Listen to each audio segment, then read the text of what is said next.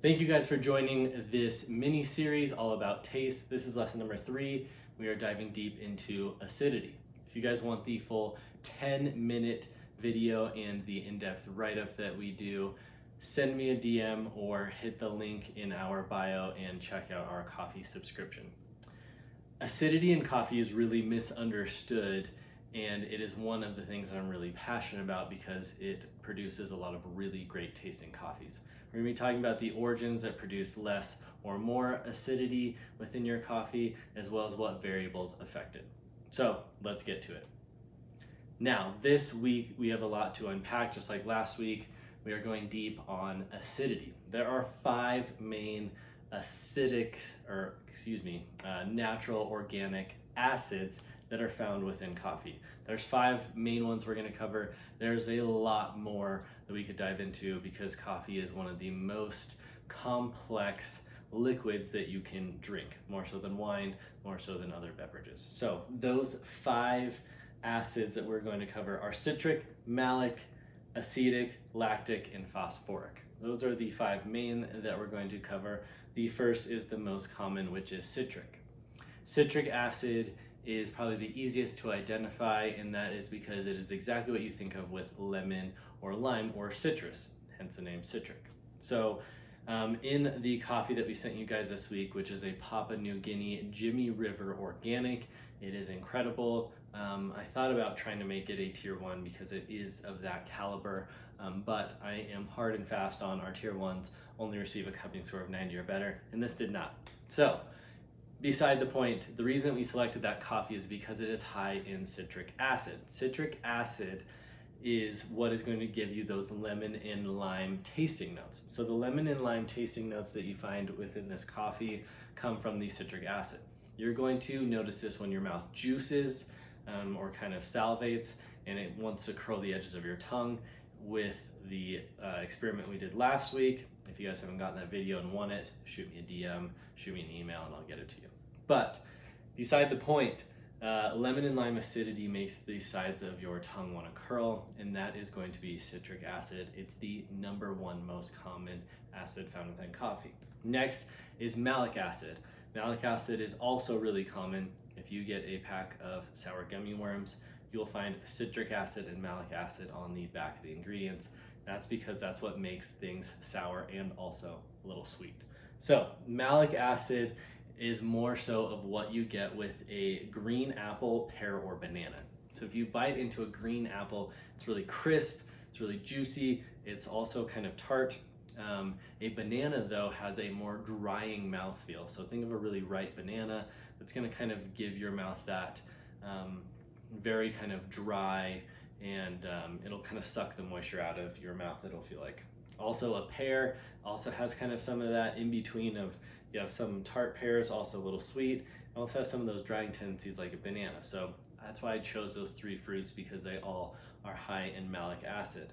And this is really an acidity that will kind of linger on your palate for longer.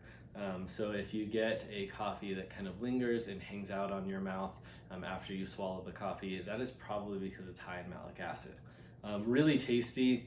Both citric and malic acid are good things, which again is why I think acids in general are very misunderstood.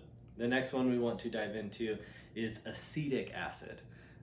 So acetic acid is probably one of the most frowned upon acids within coffee, and that is because it is vinegar. Now, vinegar obviously is something you don't want to taste within your coffee, and so at high levels of acetic acid in your coffee, it will be what we call an off flavor, and that's not something you want to find in your coffee.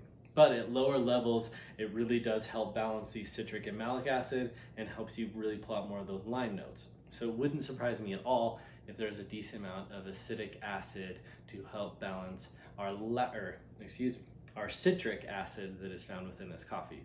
So you probably have a good amount of citric and acetic acid in our Papua New Guinea that we sent you guys this week. Next, and last but not least, is our lactic acid. This is exactly what you think of when you are tired and sore from working out, but it is totally different when it's found in coffee. When it's found in coffee, it gives you a creamy mouthfeel. So our lower elevation coffees And our darker roasted coffees probably have a lot more lactic acid, and that gives you that really creamy, full-bodied, really heavy mouthfeel, and it is really good.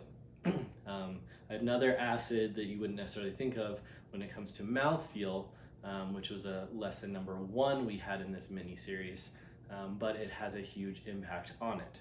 So the last one is phosphoric acid. That's an inorganic acid. So all these others are organic compounds naturally found. And inorganic comes from some of the fertilizer and things that they help that they add into. So it may not necessarily be a chemical compound that they're adding, but they are adding something that's not naturally found in the soil. So they may bring in banana peels or whatever into the soil to help it get more nutrients.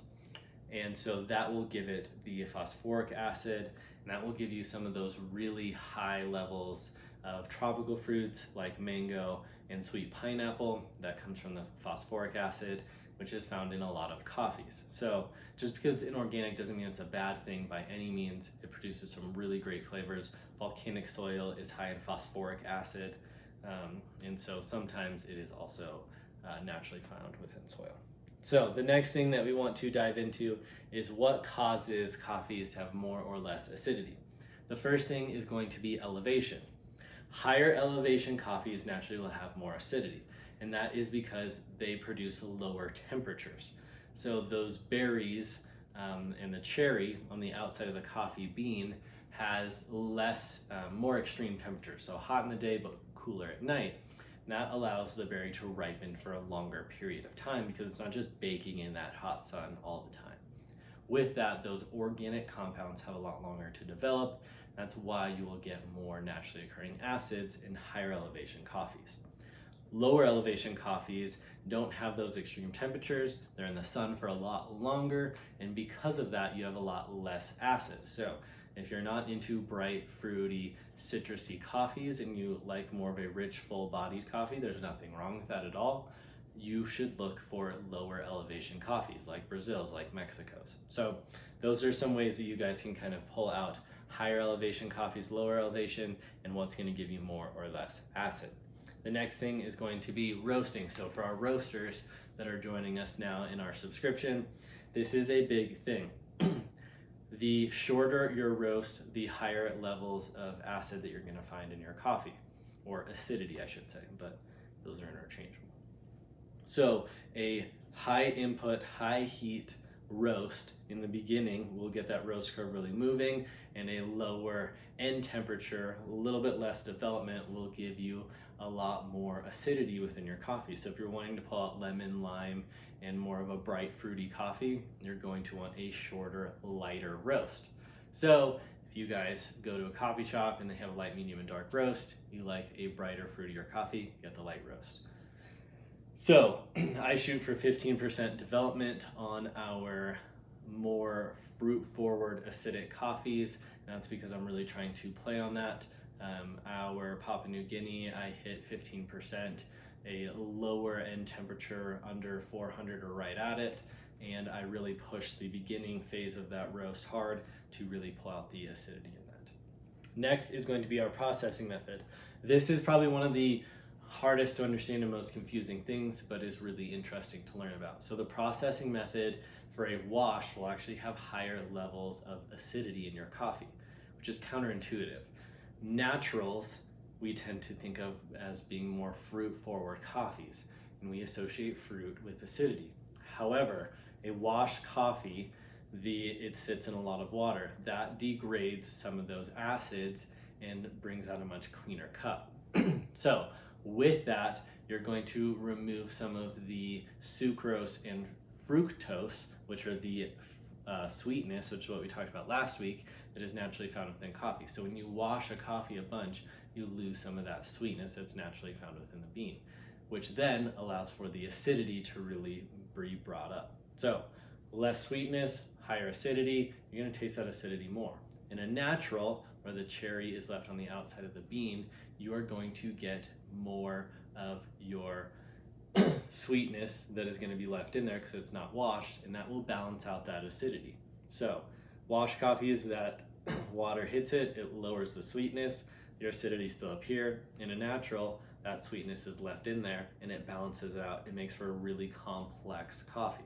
It still is more fruit forward than a washed, but it is more balanced, it's more complex, and it has a lot of fruit notes. However, it does have less acidity in that processing method. So washed coffees are going to be higher acidic, naturals less. The next thing that we want to dive into is what coffee origins tend to have more or less acidity. I did a little Instagram deal where you guys could guess what origin had higher or lower acidity. And typically lower elevation coffees will have less acidity because they're in the sun longer. Typically those coffees are also washed they're typically naturals. So Brazils have a lot of naturals and they tend to have less acidity. So Brazils, Sumatras tend to be a lot darker roasted, more full bodied. You'll get more of those kind of earthy tones like tobacco and roasted nutty kind of flavors within that, a lot of that creamy mouthfeel in Sumatras. India coffees are the same way, as well as lower elevation Mexico's. Mexico's pretty diverse, it has higher elevation and low, but El Salvador also has some of the less acidic coffees that are out there. Some higher origins that have higher acidity are going to be your Ethiopias, your Papua New Guineas, Costa Ricas, your Kenyas, your Colombias. These are going to be what you think for your Central Americas and your Africas. Higher elevation, these are kind of the ones that are pushing the bounds on a lot of the processing methods. Zambia's, I'm looking at bringing on a lactic fermentation Zambia, which I'm really excited about for you guys. And that is going to bring out a lot of that acidity because it's higher elevation, which has those extreme temperatures, and they tend to do more of the wash process in those regions, and they also are messing around with the different fermentation, which we'll get into later. Quick note that I wanted to talk about on brewing methods. So this is all the stuff that happens out of your guys' control, right? It's about the origin, it's about the farmers, it's about the processing method. It is about everything that I do when I roast your guys' coffee. But when it gets to you, what can you do to bring out more or less acidity when you are brewing that amazing cup of coffee for yourself in the morning? So when it comes to brewing, finer ground coffee will bring out more acidity. It's going to take longer for that to seep through the coffee. An immersion method, so pour over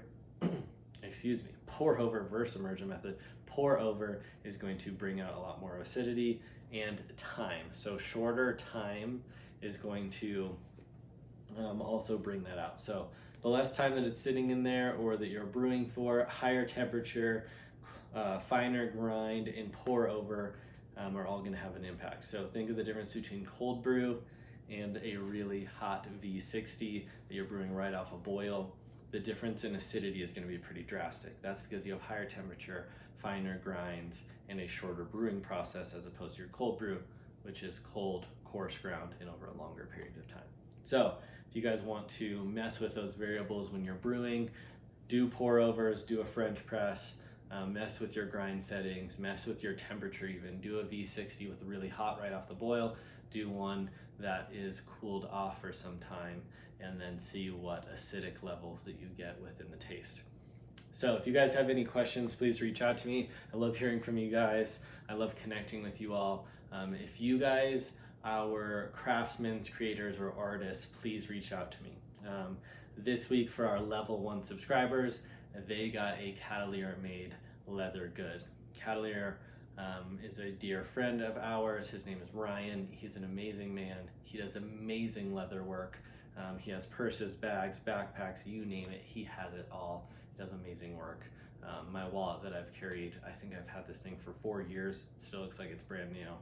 It just gets better with time. Anyways, that is our level 1 subscribers. Next week we have, next week or the week after is going to be some hand-drawn art that one of our subscribers connected me with. It's his girlfriend, so we're excited to bring that on as well. But if you guys have any other people that I should reach out to or connect with, please send me their profile, send me a DM. I would love to hear from you guys also. It's what you guys are up to. We have real estate. We have all kinds of cool things you guys do. I would love to promote you, get the word out about you. So Anyways, thank you guys so much for supporting our small business. We are growing and expanding. We have lots of exciting things on the horizon. I promise our subscribers, you guys will be the first to know about that stuff. But anyways, whenever it comes out, I'll be sure to tell you guys. Thank you guys again and have a wonderful week.